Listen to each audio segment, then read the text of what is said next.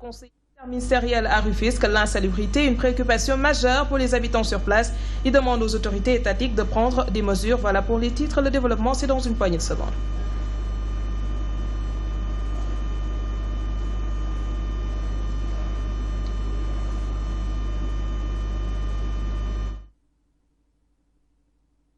Des 74 milliards de francs CFA, le procureur de la République, Serigne Bassirou Gueye, s'est auto-saisi du dossier.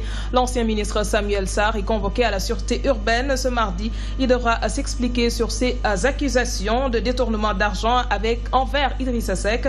Le leader de Rewmi réclamait un jury d'honneur pour tirer au clair cette affaire des 74 milliards. Éducation à présent, démarrage ce mardi du brevet le lundi plutôt du brevet de fin d'études moyen BFM. Plus de 200 000 candidats ont composé ce lundi sur toute l'étendue du territoire national. La dissertation, première matière de la journée, les candidats du CM Blaise Diagne jugent les sujets abordables. Toutefois, des absences ont été notées côté surveillant comme chez les candidats, n'est-ce pas, les Fatimlo? De récréation du CM Blaise Diagne est rempli d'élèves. Visiblement, ces candidats du BFM viennent déterminer la première épreuve de l'examen, en l'occurrence la dissertation. Celle-ci portait sur deux sujets. Le sujet 1 a été le plus prisé par ces candidates. Un qui porte sur la protection de l'environnement et l'autre qui porte sur les œuvres. La protection, oui, c'est plus facile. J'ai pris le sujet 1. C'était plus abordable et ça parlait aussi, c'était un sujet d'actualité aussi. Ça parlait de la protection de l'environnement. D'après ce professeur de français, ce choix des élèves n'est pas fortuit puisqu'ils se sentent plus à l'aise avec les sujets d'actualité qu'avec ceux qui ont un rapport avec les œuvres au programme. La première chose qui m'a marqué, c'est que la plupart des élèves ont choisi le premier sujet, ce qui m'a un peu étonné. Ce qui s'explique aussi par le fait qu'ils n'ont pas l'habitude de choisir les sujets qui ont trait aux œuvres étudiées.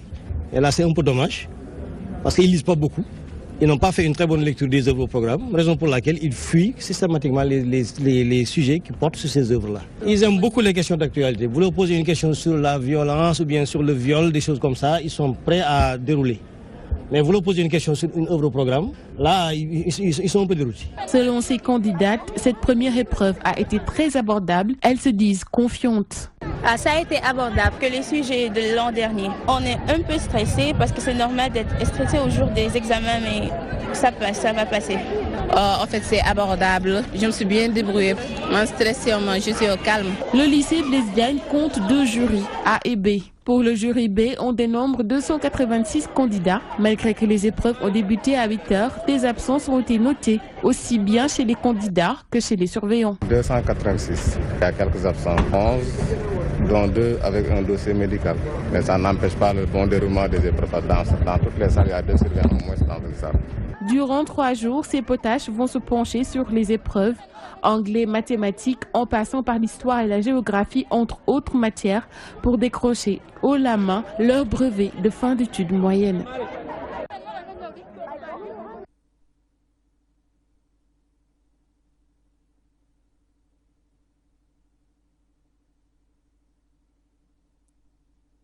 Toutes les dispositions ont été prises pour un bon déroulement des examens. Amadou Mokhtar Ndiaye effectue une tournée ce matin dans les centres d'examen. Il s'exprime au micro de notre reporter. Tout ce que l'on devait faire pour la bonne tenue de ces examens, nous l'avons fait. Nous avons produit des épreuves, puis nous les avons mis en sécurité. On a fait un calendrier du lever des épreuves dont seul le chef de centre et le président du jury peuvent accéder. Et même pour y accéder, il faut que les deux parties soient présents. Depuis ce matin, on a fait le tour des centres. Le constat est le même. L'examen se déroule bien. Les épreuves du BFM sont très longues, donc il nous faut être vigilants et nous assurer de la bonne tenue de ces épreuves. Maintenant, c'est au tour des présidents du jury, surveillants, correcteurs, entre autres, de faire le travail. Nous lançons un appel à l'endroit des correcteurs pour qu'ils fassent une correction digne de ce nom et qu'ils prennent en compte que les candidats dont ils sont en train de corriger leur copie ont au moins étudié durant 10 ans. À Mbacké, les candidats libres s'illustrent par un taux d'absence très élevé dans les centres visités par les autorités scolaires ce lundi. La correction se fait sur place et les candidats qui devaient disserter sur la protection de l'environnement jugent la première épreuve abordable. Vous avez pu certainement suivre l'élément d'Elhadji Modou Gueye dans nos précédentes éditions. Et nous parlons à présent des premiers résultats du baccalauréat Blaise Diagne au lycée. Les élèves de la maison d'éducation Mariama Ba sont en tête.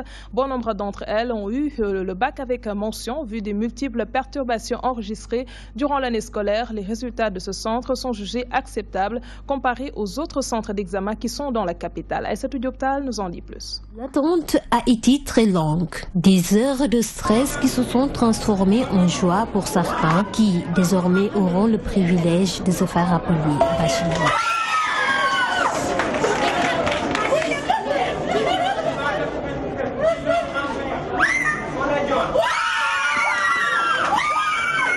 À côté de ces cris de joie pour les uns, l'amertume et les pleurs se joignent à la déception pour les autres.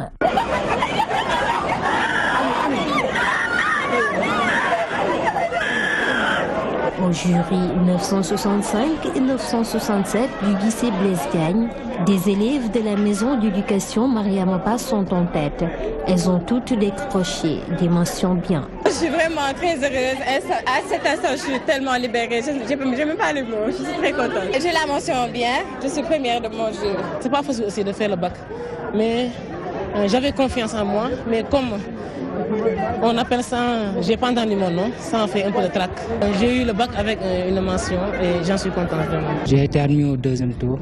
Bon, maintenant je suis revenu ici à mon lycée, Blaise Diagne, pour essayer de demander à mes profs pour pouvoir faire de bons choix. Les résultats n'ont pas été très fameux.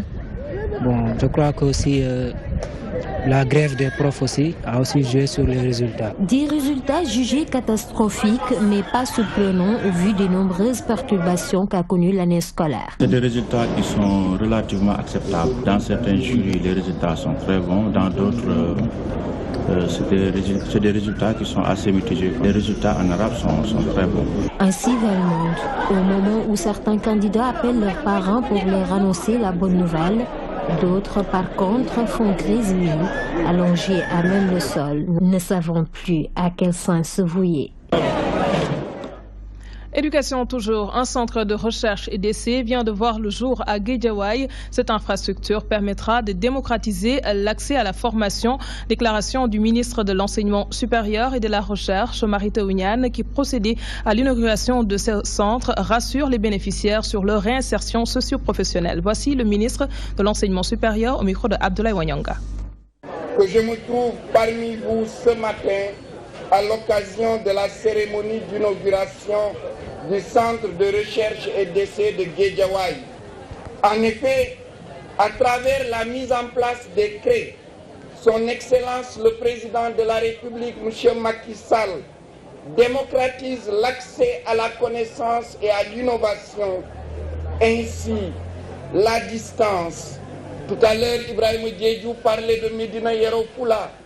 L'âge, nous avons vu des jeunes jusqu'aux représentants des vieux, ne constitue plus un obstacle pour se former. Population de Guédiawaye, votre CRE, un outil destiné à vous rapprocher de la science, de la technologie, à utiliser les bénéfices de l'innovation est là. Et c'est votre outil, servez-vous-en. Un outil au service de la communauté que le département de l'enseignement supérieur met à la disposition de toutes les couches socio-professionnelles.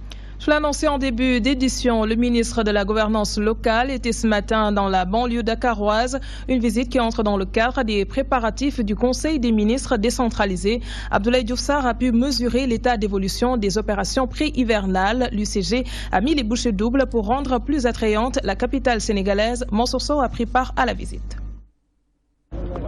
C'est au pas de charge que le ministre de la Gouvernance locale, du Développement et de l'Aménagement du territoire a fait l'état des lieux sur la salubrité dans la banlieue dakaroise.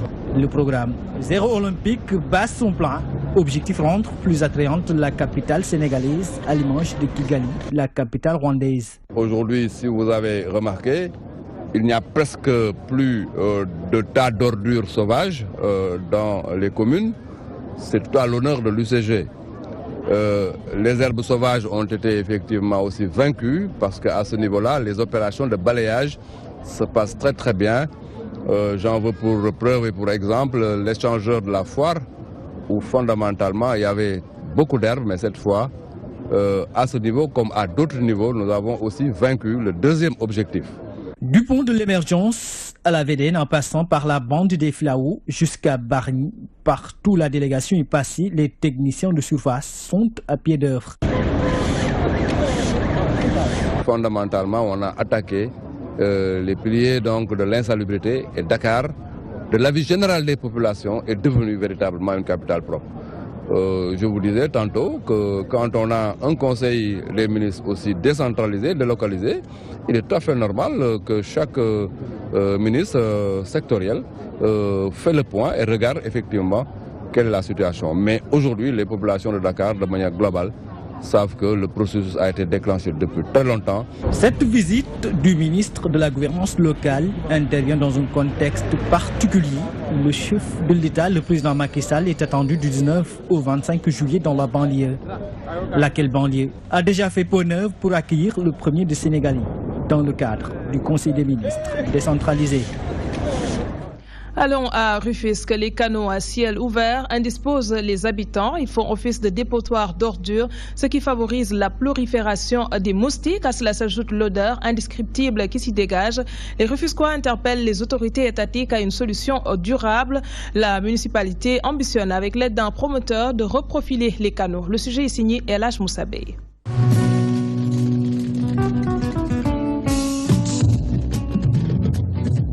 À Rufisque, l'insalubrité reste une équation pour les autorités locales. Un phénomène qui perdure dans cette vieille commune. Véritable cause du problème, les canaux à ciel ouvert. Ce mal est une vieille doléance. Nous sommes nés dans ce décor et depuis, rien n'a changé. Des ordures dans une eau verdâtre mélangée d'une odeur nauséabonde, des herbes qui poussent aux abords, des égouts qui se déversent. Bref, un décor qui frappe dans ce quartier populaire de Valda. Les riverains sont habitués de l'environnement. Papnia est un des leurs. Il est menuisier métallique. Son atelier jouxte ce canal.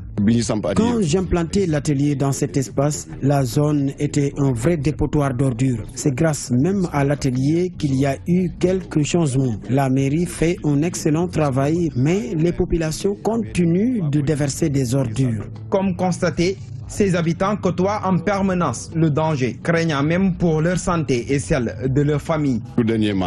Nous avons récemment sorti un de nos enfants tombé dans le canal. Hormis cela, nous pouvons voir le tuyau de la SDE qui traverse le canal. Il est même arrivé un temps où il y avait une fuite alors qu'il passe dans les eaux du canal.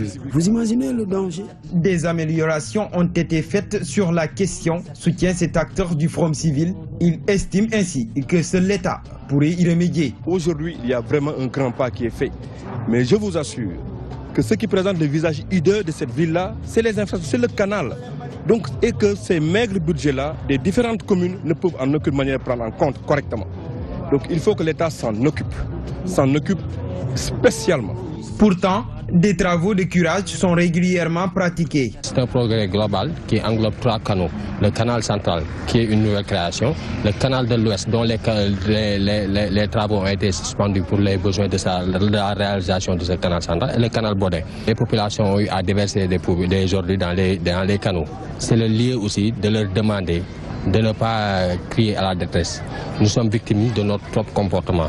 Du côté des autorités locales, des projets à long terme sont en cours d'exécution. À la limite, ce que nous voulons, c'est que quand quelqu'un allume un brin d'allumette, le jette sur la roue, qu'un enfant prenne ce brin pour mettre ça dans une poubelle. Voilà un peu l'objectif global. Cette plaquette-là règle 2 problèmes des 3 problèmes que j'ai évoqués, que monsieur le Président avait évoqués. Les 2 problèmes, c'est l'arrêt de la mer et le reprofilage des canaux à ciel ouvert, c'est-à-dire enlever l'eau des usées et y mettre l'eau de pluie et l'eau de la mer. Au-delà des canaux à ciel ouvert, Nous pouvons également constater ceux déjà fermés dont les travaux peinent à être finalisés. Avec l'hivernage qui s'annonce, les populations interpellent le gouvernement à l'occasion du conseil interministériel délocalisé afin que des mesures définitives soient apportées à ces préoccupations.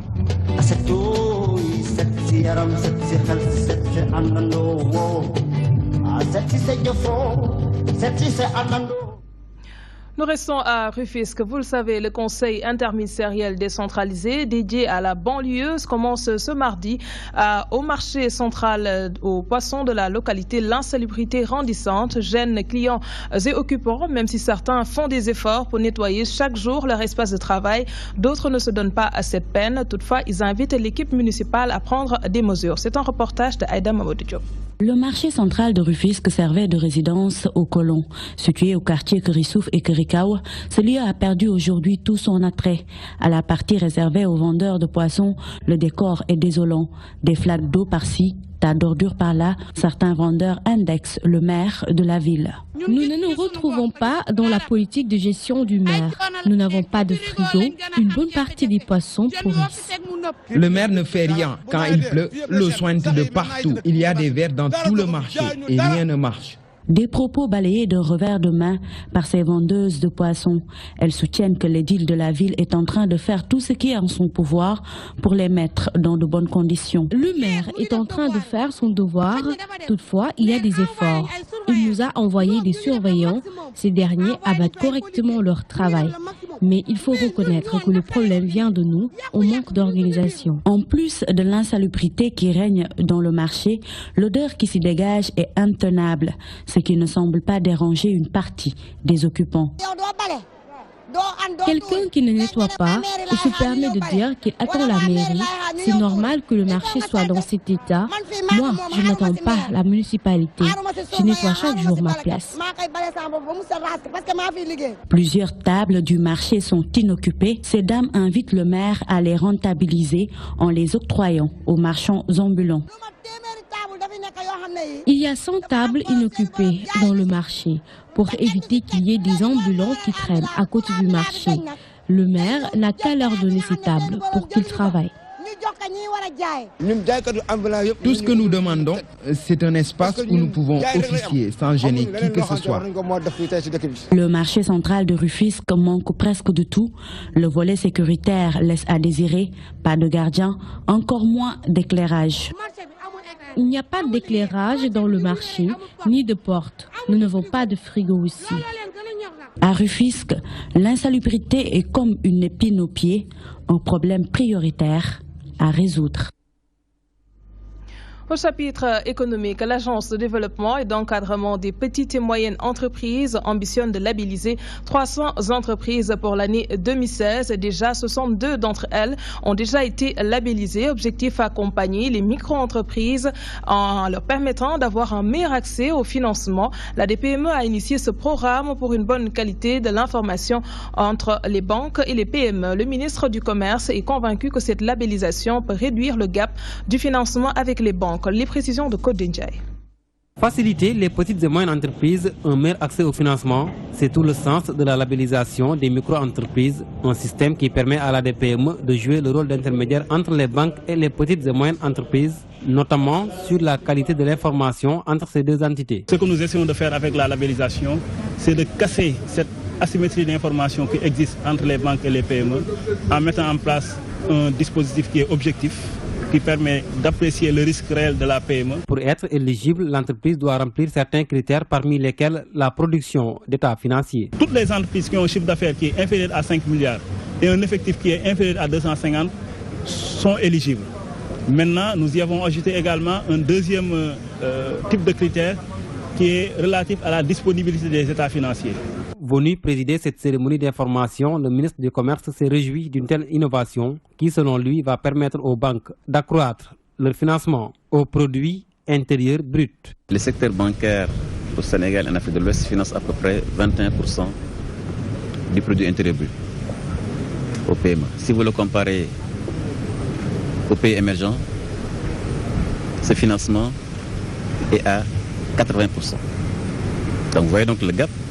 Pour cette année 2016, la DPME projette de labelliser 300 petites et moyennes entreprises. À ce jour, 62 entreprises déjà labellisées ont déjà reçu leur financement. Je félicite vraiment la DPME pour cette initiative et je félicite également l'ensemble des banques partenaires.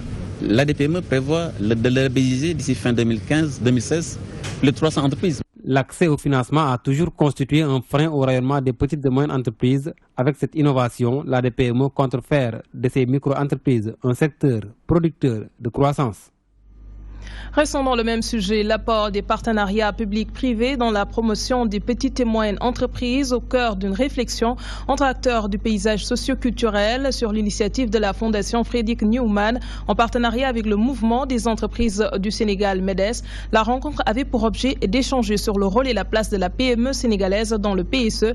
Elle a servi de cadre pour également passer en revue les difficultés du secteur privé. C'est un travail d'Elhadj Moussabé. Cadre de réflexion sur l'apport des PPP dans la promotion des PME, ce rendez-vous s'inscrit en droite ligne de l'atteinte des objectifs du PSE. L'objet de la rencontre, diagnostiquer les difficultés des PME afin que leur implication puisse impacter positivement dans la réalisation du programme de l'État. Aujourd'hui ici, on parle surtout du rôle du renforcement des entrepreneurs sénégalais.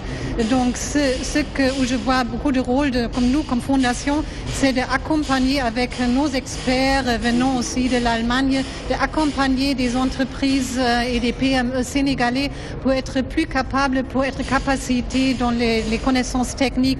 Au Sénégal, 90% des entreprises sont constituées de PME. Leur accompagnement dans l'accès aux services financiers pourrait leur permettre de jouer pleinement leur rôle, assure le ministre du Commerce. Vous savez que dans nos pays comme le Sénégal et l'Afrique de l'Ouest en général, vous avez pratiquement les banques qui financent autour de 20 à 21% du produit intérieur brut. Alors que si vous êtes dans les pays émergents, c'est pratiquement plus de 80% et plus de 100% dans les pays comme les États-Unis. Donc nous devons aussi améliorer justement ce taux de financement bancaire destiné à la PME. Mais là, ça suppose justement un préalable de mettre en place des structures de financement convenables, permettre aux PME aussi de fournir des bilans. Du côté du mouvement des entreprises du Sénégal, partie prenante de ce cadre de concertation, l'outillage des PME est une nécessité pour assurer une participation structurante dans le PSE. Lorsqu'il y a des appels d'offres, je dis que c'est surtout calibré pour les multinationales. Nous, au niveau du MEDES, on a ce qu'on appelle le Centre international des entreprises depuis plus de 15 ans, qui met à niveau les chefs d'entreprise pour leur permettre d'être outillés, justement, aussi bien pour les appels d'offres, pour la recherche de partenariats, pour décrocher des financements. Mais ça, c'est le MEDES. Mais là, on parle d'une manière générale des PME sénégalaises. Le ministre de la Promotion des Investissements, qui n'a pas manqué de saluer l'initiative, a quant à elle donné des orientations relatives à l'accroissement des capacités des différents partenaires et des opportunités pour une transformation structurelle de l'économie. Direction Mbour, la communauté balante préoccupée par la coupe abusive du bois en Casamance. Elle estime que si le phénomène continue, le visage de cette partie du pays sera complètement défiguré. L'Union des balantes de Mbour demande à l'État de prendre des mesures efficaces pour lutter contre la déforestation. Ses membres l'ont fait savoir lors de la 7e édition du tournoi du football. Sur place, nous retrouvons Mamadou Diop. La communauté balante de Mbour, écœurée par la déforestation clandestine de la Casamance, se lève comme un seul homme pour dire stop à la coupe abusive du bois dans cette partie sud du pays. Quand j'ai entendu l'autre jour le ministre Aïdar dire vraiment la Casamance est en train vraiment, on est en train de déraper vraiment, de couper les arbres, alors ça m'a touché dans la mesure où je suis né de la Casamance. Nous lançons un appel à ces gens-là qui coupent vraiment les plantes là de cesser, parce que c'est pas bon. Pour ces ressortissants de la phénomène continue, leur région sera à genoux. Une position soutenue par Nénédaf, un des responsables de l'APR de la commune de Saly-Portudal. Nous, qui sommes de la Casamance, qui habitons dans le département, c'est un prétexte aussi pour nous de reboiser dans le département. De créer des poumons verts et de montrer à ces gens qui sont là, qui sont en train de faire la déforestation. Effectivement, ce n'est pas une bonne chose et qu'il faudrait essayer de préserver nos forêts. À l'occasion de la finale d'un tournoi de football, l'Union des balantes de Mbour et leur marraine ont planté des arbres dans le stade Caroline Faye. C'est l'année dernière, en plantant le cocotier de l'émergence. Cette année-ci, on s'est dit qu'on va planter quand même. On va essayer de planter des arbres qui serviront de brise-vent à ce stade-là. Donc on va faire le tour du stade et essayer de planter des arbres qui finiront par